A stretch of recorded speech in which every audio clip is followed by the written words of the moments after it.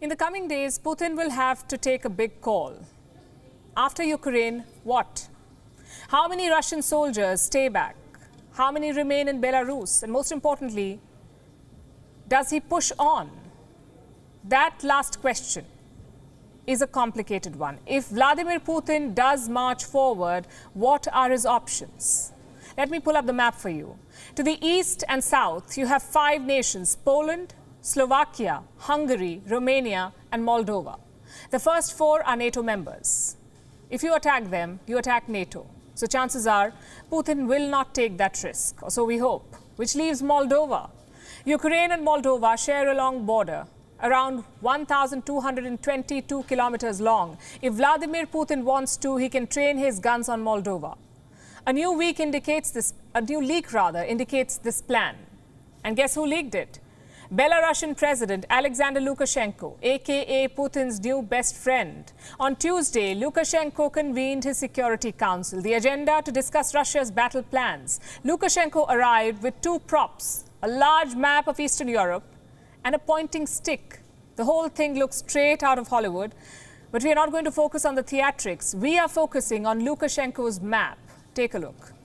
Атомная станция – это страшнее ядерного оружия. Торрент-2, которые мы новые закупили, называют точки. Они, наверное, не секретные для натовцев, они все видят. Мы поставим С-400, который будет находиться чуть западнее Минска. 1000 раненых прибыли в Гомель.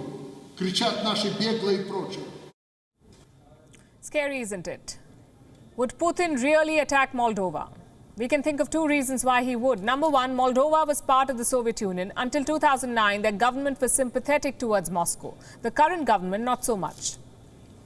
If Putin really wants to revive the Soviet Empire, Moldova may seem attractive. And reason number 2, it could be a relatively easy mission. Why do we say that? For starters, Moldova is not part of NATO.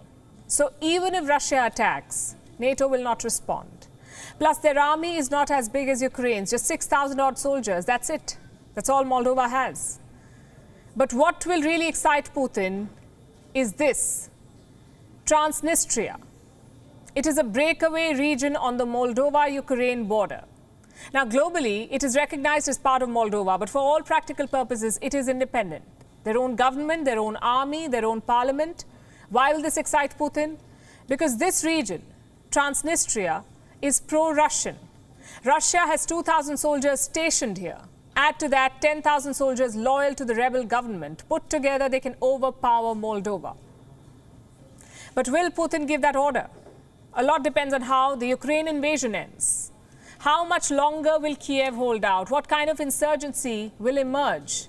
Basically, it depends on how busy the Russian army will be. Another fact to consider is the blowback. Invading one country is risky enough. Invading 2 should be unimaginable in 2022.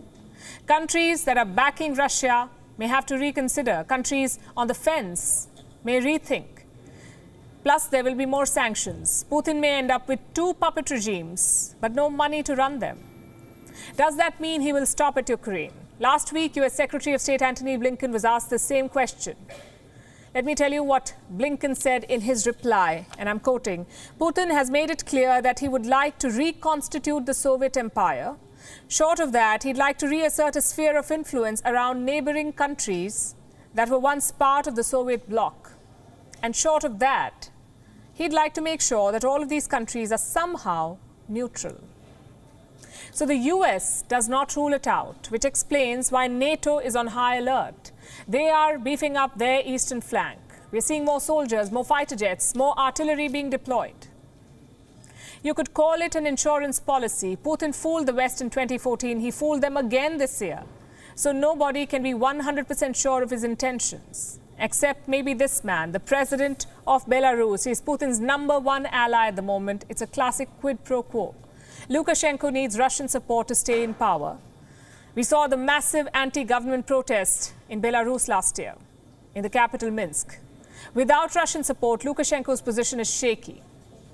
And what does Putin get in return? A new satellite state, a staging ground for his soldiers, and I'm not just talking about this war, I'm talking about the future. Belarus has agreed to host Russian nuclear weapons, which means more NATO cities will now be on Russia's nuclear radar.